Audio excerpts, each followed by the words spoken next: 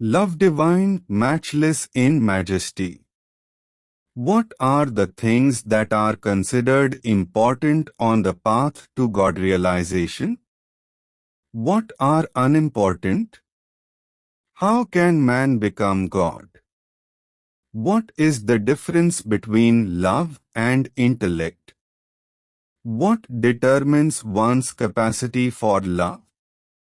When will troubles, worries and difficulties disappear? Are all ascetics, yogis, walis or pirs are God realized? Answer. Extracted from Meher Baba's literature, which is a copyright of Avatar Meher Baba Perpetual Public Charitable Trust, Ahmednagar, India.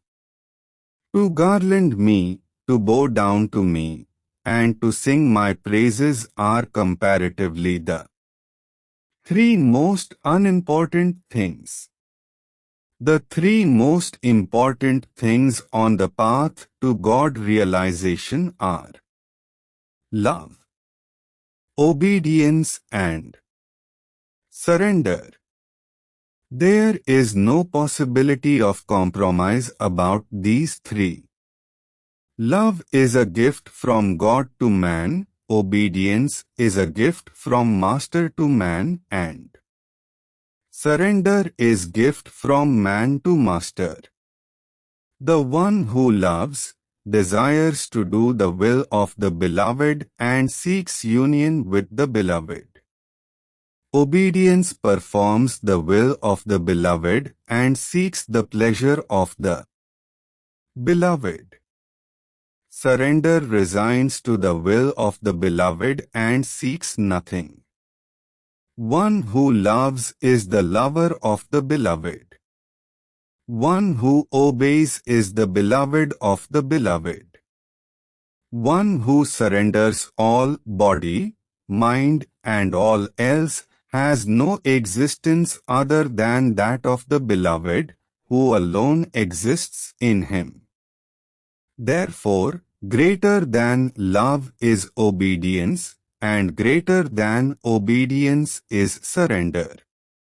And yet, as words, all three can be summed up in one phrase. Love divine.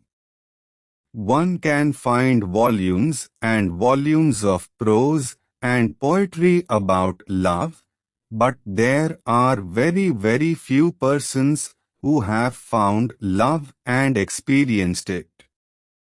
No amount of reading, listening, and learning can ever tell you what love is.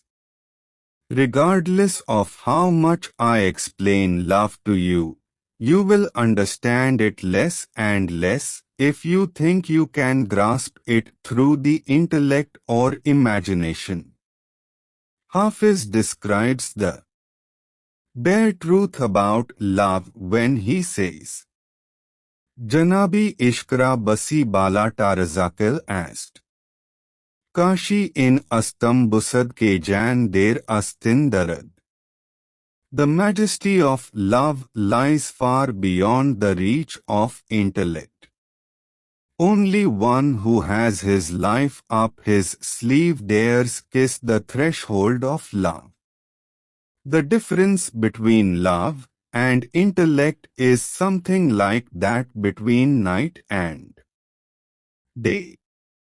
They exist in relation to one another and yet as to different things. Love is real intelligence capable of realizing truth. Intellect is best suited to know all about duality, which is born of ignorance and is entirely ignorance. When the sun rises, night is transformed into day. Just so, when love manifests, not knowing, ignorance is turned into conscious knowing. In spite of the difference between a keenly intelligent person and a very unintelligent person, each is equally capable of experiencing love. The quality which determines one's capacity for love is not one's wit or wisdom, but one's readiness to lay down life itself for the beloved and yet remain alive. One must, so to speak, slough off body, energy, mind and all else, and become dust under the feet of the beloved. This dust of a lover who cannot remain alive. Without God, just as an ordinary man cannot live without breath, is then transformed into the beloved. Thus, man becomes God. Listen to love without philosophizing about it. None present here loves me as I ought to be loved. If all of you had love, none of you would be left before me. You would all have realized God, and we would all have become the one which we all are in reality and in eternity. You accept me as being simultaneously God and man, the highest of the high and the lowest of the low, but by accepting me to be that, you do not know me to be that. To know me as I am, you must become conscious of my real state, and for that you must love me as I love you. The Mandali who have been with me through thick and thin all these years are fully prepared for love of me to lay down their very lives at such a sign from me. Yet even they do not love me as I love them. If they did, then they would have become one with my oneness, which in reality is the oneness of us all. It is love alone which can lift the veil between a lover and the beloved. Believe me, you and I remain divided by nothing but the veil of you yourself. What does you yourself mean? When you feel hungry, you say, I am hungry.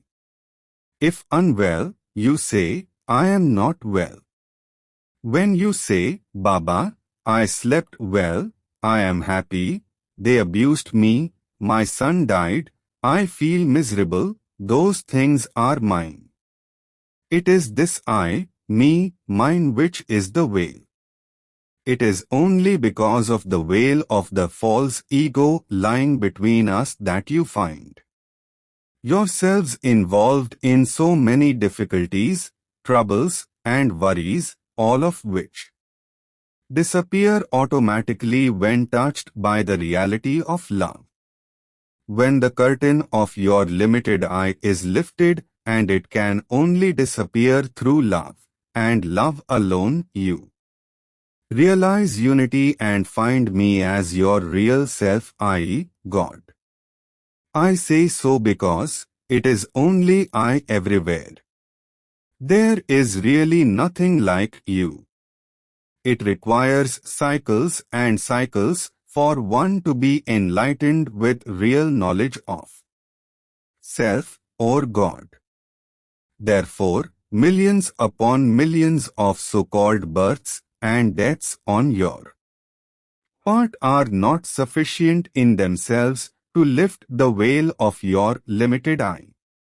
It can be removed through love, though in infinitely less than a split second.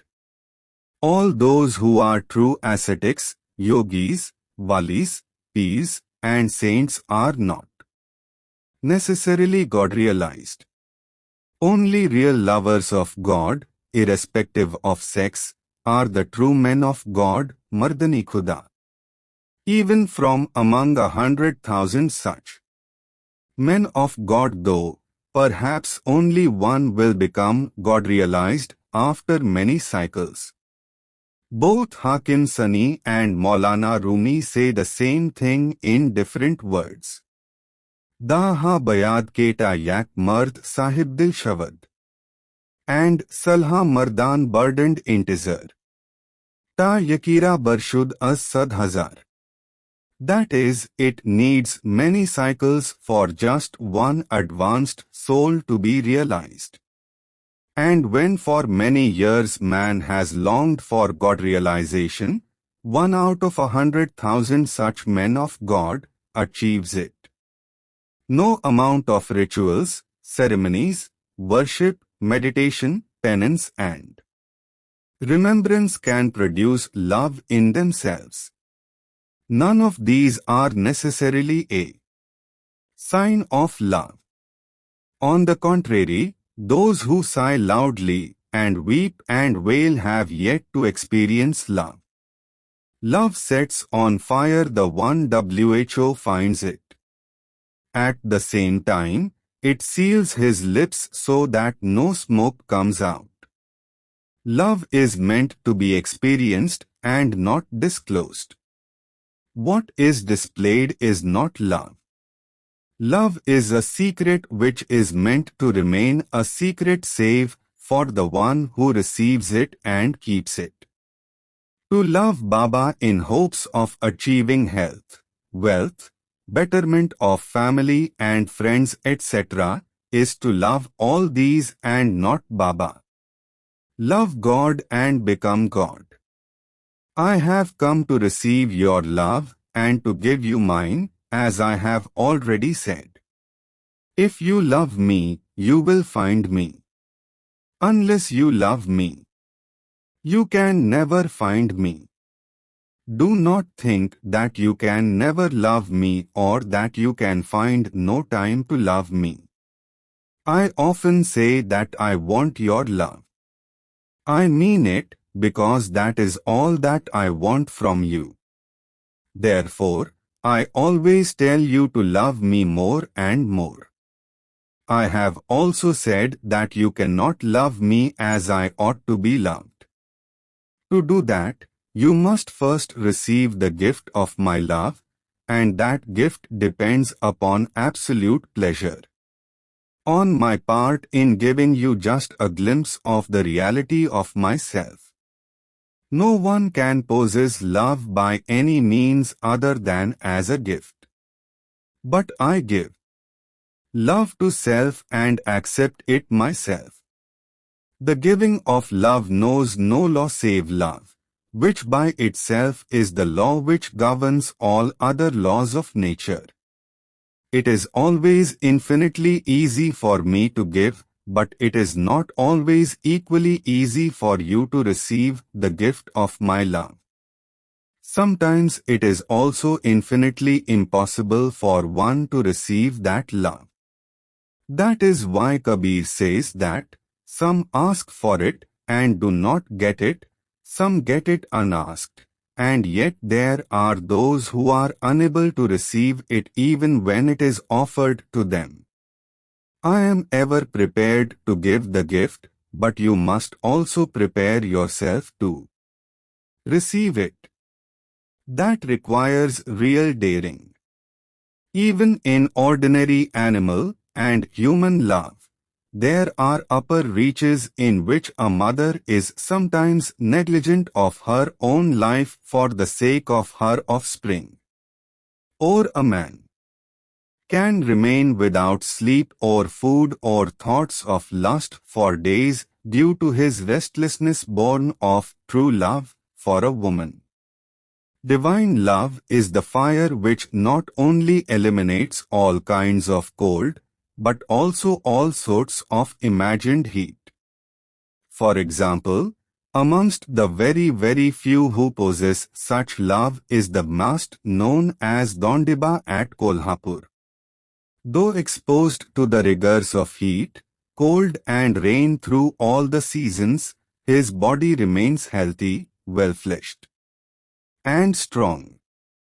The fire is burning within him unknown even to those in his surroundings.